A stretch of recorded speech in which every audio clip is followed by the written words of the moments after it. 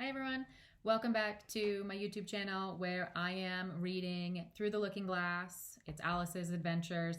Last time we left off on chapter 5, so today we're going to pick up on chapter 6. And if you're new to my YouTube channel, welcome. Everybody's new because it's a new YouTube channel. I think it's like a week old now, so welcome. I am a former teacher and current librarian, so I am borderline qualified to read things aloud. But I figured that reading stuff aloud was a nice way to provide some sort of entertainment during our quarantine, social distancing. So that's why I'm doing this. And as always, full disclosure, at some point my dogs are going to bark, and at some point I'm going to make mistakes. I will probably switch out of a voice I'm using, and I'm really sorry because it's hard to keep them straight in my head because I'm not a professional, but I'm just doing my best. Yeah, so I think that that's it. And I hope you're enjoying these so far. If anybody's watching, I have no idea if you are. I'm enjoying making them, so there's that. Yeah, cool. On my other, you'll see another playlist pop up soon. That is an Edgar Allan Poe playlist, and that's really for anybody juvenile and up. Obviously, anybody can listen to anything. I'm not going to censor what you do. Go nuts. But if you're like, oh, I don't want to listen to Alice in Wonderland, I kind of want to listen to something a little bit darker or more adult, great. The Edgar Allan Poe things up, and I'll be doing other ones like that as well. So here we go. I think that that's all. All right. So chapter 6, Humpty Dumpty. However, the egg only got larger and larger and more human. When she had come within a few yards of it, she saw that it had eyes and a nose and mouth.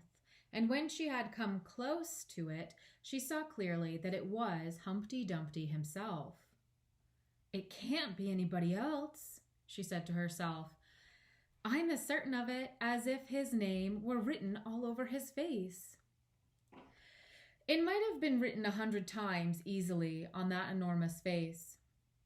Humpty Dumpty was sitting with his legs crossed like a Turk on the top of a high wall, with such a narrow one that Alice quite wondered how he could keep his balance.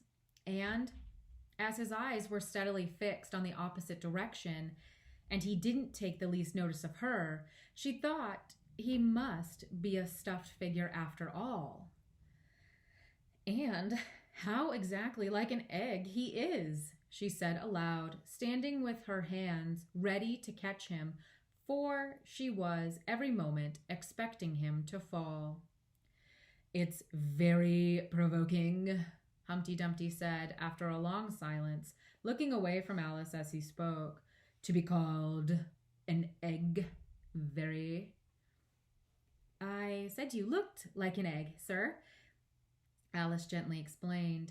And some eggs are very pretty, you know, she added, hoping to turn her remark into a sort of compliment.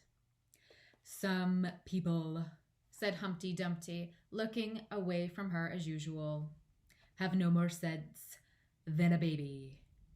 Alice didn't know what to say to this. It wasn't at all like the conversation she thought, as he never said anything to her. In fact, his last remark was evidently addressed to a tree. So she stood and softly repeated to herself, Humpty Dumpty sat on a wall. Humpty Dumpty had a great fall. All the king's horses and all the king's men couldn't put Humpty Dumpty in his place again. That last line is much too long for poetry, she added, almost aloud, forgetting that Humpty Dumpty would hear her. Don't stand chattering to yourself like that, Humpty Dumpty said, looking at her for the first time. But tell me your name and your business. My name is Alice, but it's a stupid name enough, Humpty Dumpty interrupted impatiently. What does it mean? Must a name mean something? Alice asked doubtfully. Of course it must, Humpty Dumpty said with a short laugh. My name means the shape I am, and a good, handsome shape it is, too. With a name like yours, you might be any shape, almost. Why do you sit out here all alone? Said Alice, not wishing to begin an argument. Why, because there's nobody with me, cried Humpty Dumpty. Did you think I didn't know the answer to that? Asked another. Don't you think you'd be safer down on the ground? Alice went on, not with any idea of making another riddle, but simply in her good-natured anxiety for the queer creature. That wall is so very narrow. What tremendously easy riddles you ask, Humpty Dumpty growled out. Of course, I don't think so. Why, if ever I did fall off, which there's no chance of, but if I did. Here he pursed his lips and looked so solemn and grand that Alice could not hardly help laughing. If I did fall, he went on, the king has promised me. Ah, you may turn pale if you like. You didn't think I was going to say that, did you? The king has promised me with his very own mouth to send all his horses and all his men? Alice interrupted rather unwisely. Now, I do declare that's too bad, Humpty Dumpty cried, breaking into a sudden passion. You've been listening at doors and behind trees and down chimneys, or you couldn't have known it. I haven't indeed, Alice said very gently. It's in a book. Ah, well, they may write such things in a book, Humpty Dumpty said in a calmer tone. That's what you call a history of England, that is. Now, take a good look at me. I'm one that has spoken to a king. I am. Mayhap you'll never see such another. And to show you I'm not proud, you may shake hands with me. And he grinned almost from ear to ear as he leant forwards and, as nearly as possible, fell off the wall in doing so and offered Alice his hand. She watched him a little anxiously as she took it. If he smiled much more, the ends of his mouth might meet behind, she thought. And then I don't know what would happen to his head. I'm afraid it would come off. Yes, all the king's horses and all the king's men, Humpty Dumpty went on. They'd pick me up in a minute, they would. However, this conversation is going on a little too long, too fast. Let's go back to the last remark, but when? I'm afraid I can't quite remember it, Alice said very politely. In that case, we start fresh, said Humpty Dumpty, and it's my turn to choose the subject. He talks about it as if it was just a game, thought Alice. So, here's a question for you. How old did you say you were? Alice made a short calculation and said, 7 years and 6 months. Wrong, Humpty Dumpty exclaimed triumphantly. You never said a word like it. I thought you meant, how old are you? Alice explained. If I'd meant that, I'd have said it, said Humpty Dumpty. Alice didn't want to begin another argument, so she said nothing. 7 years and 6 months, Humpty Dumpty repeated thoughtfully. An uncomfortable sort of age. Now, if you'd asked my advice, I'd have said, leave off at 7. But it's too late now. I never ask advice about growing, Alice said indignantly. Too proud? The other inquired. Alice felt even more indignant at this suggestion. I mean, she said, that one can't help growing older. One can't, perhaps, said Humpty Dumpty, but 2 can, with proper assistance. You might have left off at 7. What a beautiful belt you've got on, Alice suddenly remarked. They had had quite enough of the subject of age, she thought, and if they really were to take turns in choosing subjects, it was her turn now. At least, she corrected herself on second thoughts, a beautiful cravat. I should have said, no, a belt. I beg your pardon, she added in dismay, for Humpty Dumpty looked thoroughly offended, and she began to wish she hadn't chosen that subject. If only I knew, she thought to herself, which was neck and which was waist. Evidently Humpty Dumpty was very angry, though he said nothing for a minute or two. When he did speak, again it was in a deep growl. It is a most provoking thing, he said at last, when a person doesn't know a cravat from a belt. I know it's very ignorant of me, Alice said, in so humble a tone that Humpty Dumpty relented. It's a cravat, child. A beautiful one, as you say. It was a present from the White King and Queen. There now. Is it really? Said Alice, quite pleased to find that she had chosen a good subject after all. They gave it to me, Humpty Dumpty continued thoughtfully, as he crossed one knee over the other and clasped his hands round it. They gave it me for an unbirthday present. I beg your pardon? Alice said with a puzzled air. I'm not offended, said Humpty Dumpty. What is an unbirthday present? A present given when it isn't your birthday, of course. Alice considered a little. I like birthday presents best, she said at last. You don't know what you're talking about, cried Humpty Dumpty. How many days are there in a year? 365, said Alice. And how many birthdays have you? 1. And if you take 1 from 365, what remains? 364, of course. Humpty Dumpty looked doubtful.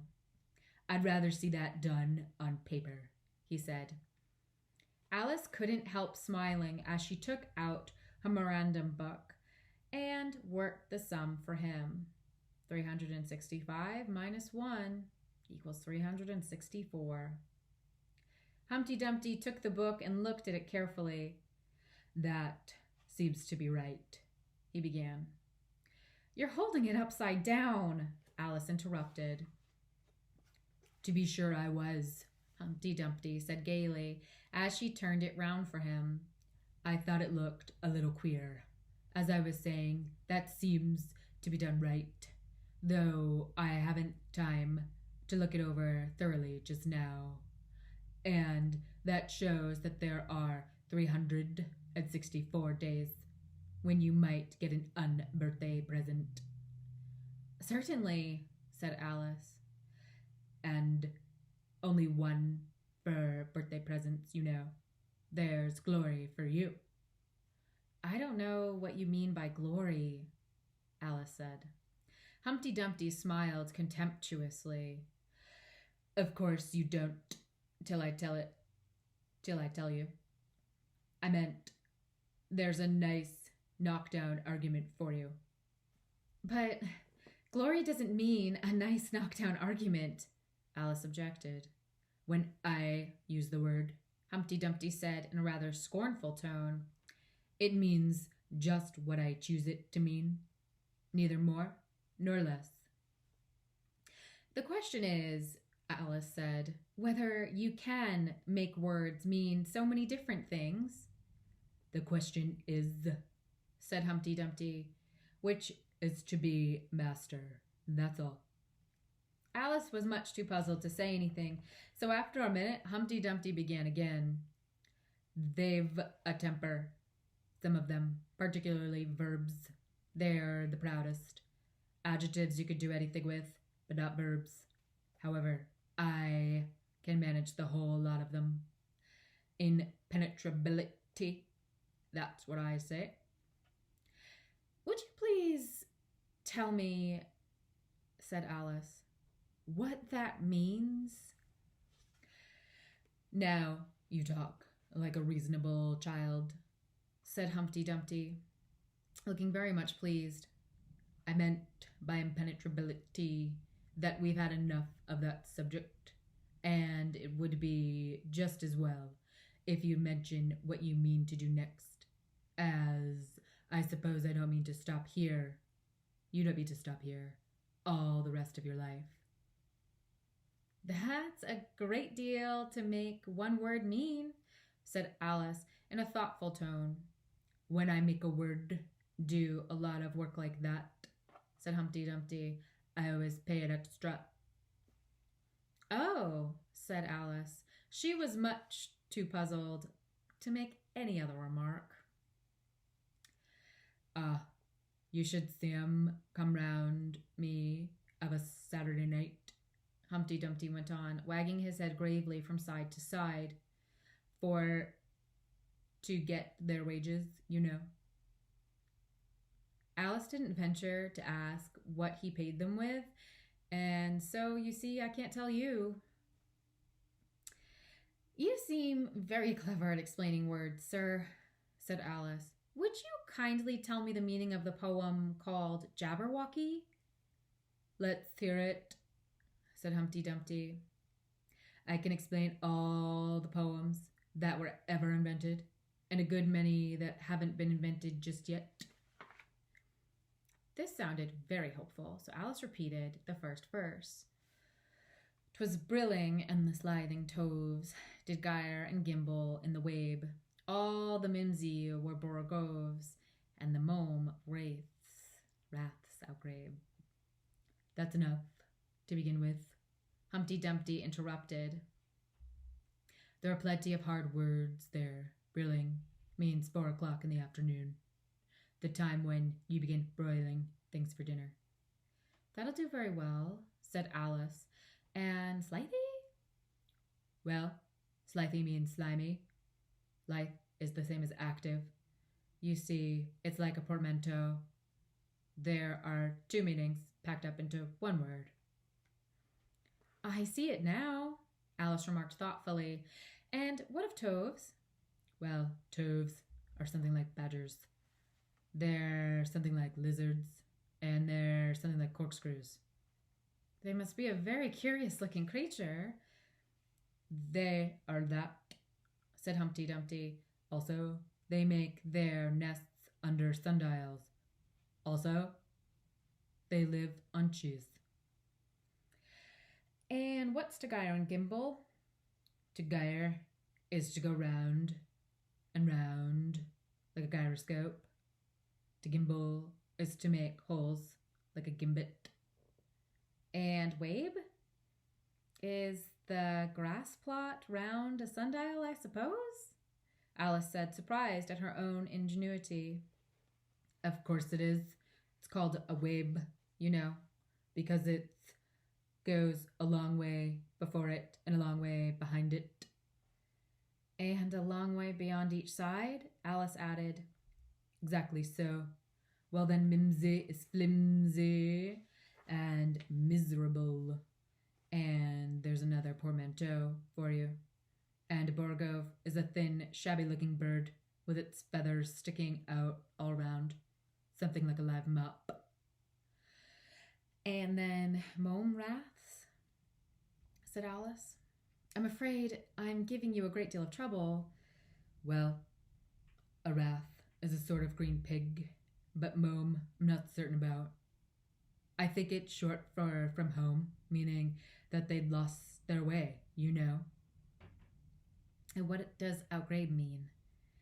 Well, outgribing is something between bellowing and whistling, with a kind of sneeze in the middle. However, you'll hear it done, maybe down in the wood yonder, and when you've heard it, you'll be quite content. Who's been repeating all that hard stuff to you? I read it in a book, said Alice, but I had some poetry repeated to me, much easier than that, by Tweedledee, I think it was. as to poetry, said Humpty Dumpty, stretching out one of his great hands. I can repeat poetry as well as other folk, if it comes to that. Oh, it needn't come to that, Alice hastily said, hoping to keep him from beginning. The piece I'm going to repeat, he went on without noticing her remark, was written entirely for your amusement.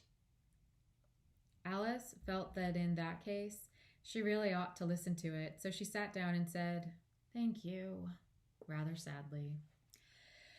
In winter, when the fields are white, I sing this song for your delight. Only I don't sing it, he added as an explanation. I see you don't sing, said Alice. If you can see whether I'm singing or not, you've sharper eyes than most, Humpty Dumpty remarked severely. Alice was silent. In spring, when woods are getting green, I'll try and tell you what I mean. Thank you very much, said Alice. In summer, when the days are long, perhaps you'll understand the song.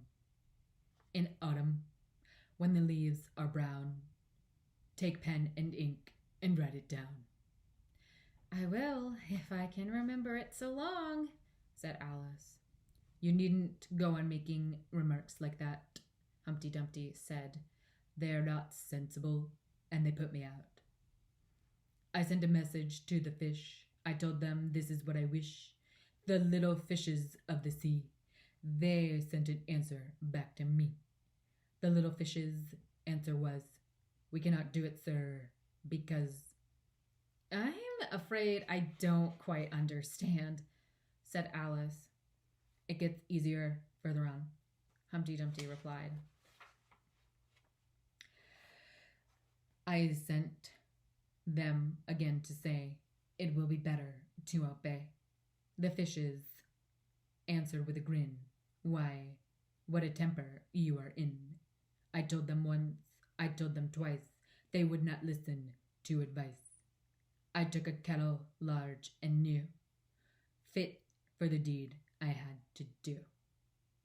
My heart went hop, my heart went thump. I filled the kettle at the pump. Then someone came to me and said, the little fishes are in bed.